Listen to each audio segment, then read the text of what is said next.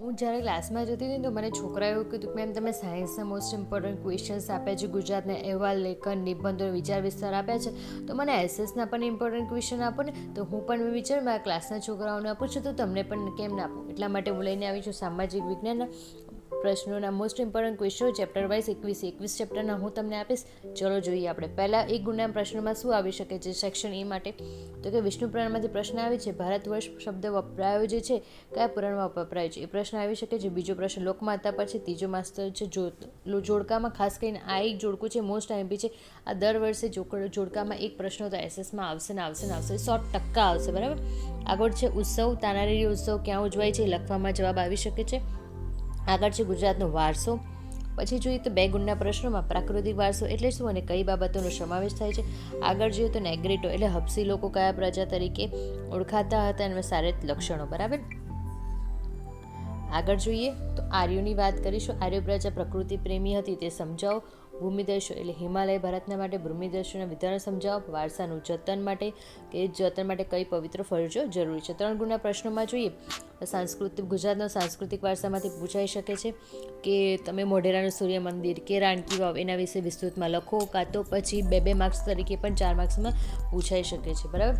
દ્રવિડ પ્રજા વિશે પણ પ્રશ્ન આવે છે. હું તમને જે આપું છું એ ચેપ્ટરના મેઇન ટોપિકમાંથી કયો પ્રશ્ન આવશે ને એ તમને કહી છું. દ્રવિડ સંસ્કૃતિની વિશેષતાઓ, તેમને કઈ બાબતોમાં પ્રદાન આપ્યું છે, ભારતનો સાંસ્કૃતિક વારસો, તેનું મહત્ત્વ, વનસ્પતિનું જીવન અને તેના આધારે વસ્તુઓ સમજાવવાની છે, બરાબર. હું તમને છેલ્લા એ પણ ટિપ્સ આપીશ કે એક્ઝામ માટે શું ઇમ્પોર્ટન્ટ છે, બરાબર. 4 માર્ક્સના પ્રશ્નોમાં તો કે ભારતનો વારસો વૈવિધ્યસભર સમૃદ્ધ છે, પ્રાકૃતિક અને સાંસ્કૃતિક વારસો, ભારતના વારસાનું જતન અને સંરક્ષણ, બરાબર.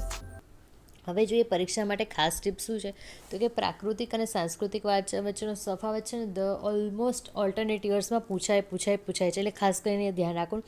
મેળાઓમાં તમારે કોષ્ટક બનાવી જવાનું કે તરણેતરનો મેળો છે, ભવનાથનો મેળો છે, એ ખાસ યાદ રાખવાનું અને એવું હોય ને તે કાગળમાં તમારે લખીને મૂકી દેવાનું, બરાબર. નકશા માટે તમારે આ ચેપ્ટરમાં જેમ કે લોથલ કે મોઢેરા છે એ કદાચ બહુ ટફ પેપર આવ્યું તો કદાચ પૂછી શકે છે કે ક્યાં આવ્યું છે ક્યાં નહીં, બરાબર. હું આને પૂરેપૂરા 21 ચેપ્ટરનો વિડીયો ઓલરેડી મેં અપલોડ કરી દીધો છે, તો તમારે જોવું હોય તો ત્યાં જઈને જોઈ શકો છો, બરાબર. આ એક જ ચેપ્ટરનો હતો, ડેમો માટે હતો.